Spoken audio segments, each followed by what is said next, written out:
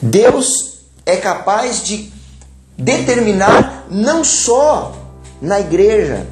E aí eu quero que você entenda que lá onde você trabalha, eu quero que você entenda lá onde você estuda, o seu empregador, seja numa repartição pública, não importa o que queiram fazer com você ou contra você. Só vai acontecer alguma coisa se Deus permitir que aconteça.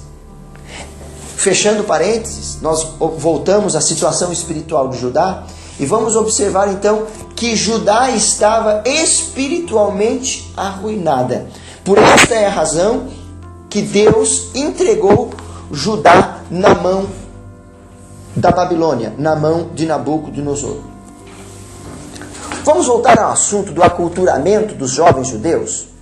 Nós vamos observar que quando os jovens judeus são levados para a Babilônia, o rei Nabucodonosor determina Aspenaz, chefe dos eunucos, para que ele ensinasse toda a cultura da Babilônia, a cultura dos caldeus, para Daniel e os seus amigos. O objetivo de Nabucodonosor era fazer com que eles, se aprofundando no conhecimento da cultura dos caldeus, eles se esquecessem da fé no Senhor Jesus. Que se aprofundando na cultura da Babilônia, eles esquecessem do Deus dos seus pais. Este era o objetivo do rei Nabucodonosor. Por isso que ele determina que até mesmo a alimentação dos jovens fossem segundo os manjares que ele próprio, o rei, comia. E parecia simples. Ora, vamos comer dos manjares do rei? Que mal há nisso? Você poderia perguntar. Mas na verdade, se nós formos observar a Bíblia e a história, nós vamos compreender que aquela comida geralmente era sacrificada a ídolos, e ídolos pagãos, ou seja, não glorificavam ao Deus do céu. O objetivo era que eles, participando dos manjares do rei, eles também, de certa forma, adorassem e participassem do paganismo, de uma adoração e de um sacrifício ao Deus pagão ou aos deuses da Babilônia. Nós vamos então observar nessa atitude de Daniel, que resolveu no seu coração de não se contaminar com os manjares do rei, uma atitude de fé, baseado no que ele havia aprendido certamente com seus pais lá em Jerusalém, lá em Judá.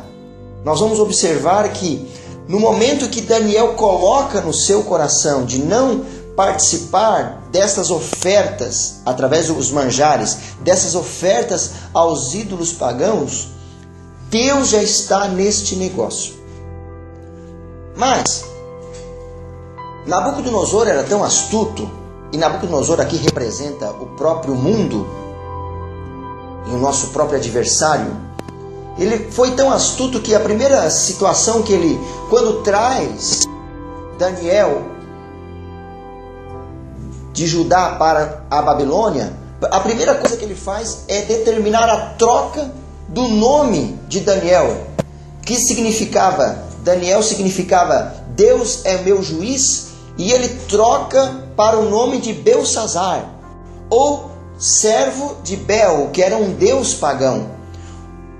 Parece sutil, mas com a troca do nome, ele faria com que o próprio Daniel se esquecesse de quem era o seu juiz, de quem estava cuidando e zelando e protegendo ele e os seus amigos, mesmo na corte babilônica, mesmo que eles estivessem exilados, subjugados no palácio de Nabucodonosor. Com esta modificação do nome, implicitamente, a fé de Daniel poderia ser abalada, levando-o ao esquecimento de quem era o verdadeiro e é o verdadeiro Deus. Mas Daniel, é interessante que nós vamos observar mais lá à frente, que tem uma situação interessante da vida de Daniel. A Bíblia diz que Daniel orava a Deus 3 vezes ao dia. Olha o princípio de uma vida cristã. Fidelidade a Deus. E essa fidelidade a Deus implica em abster-se de participar das coisas do mundo, de renunciar às coisas que o mundo oferece. E segundo, uma vida de oração na presença de Deus. Oração significa nada mais do que comunhão com Deus. Oração é falar com Deus. E através da fala diária com Deus, nós obtemos o quê? Comunhão. Oração, muitas pessoas se enganam achando que oração é monólogo, pensando que é só daqui para lá. Mas oração, meu amado ouvinte, oração é diálogo. Oração é quando você fala com Deus e Deus fala com você.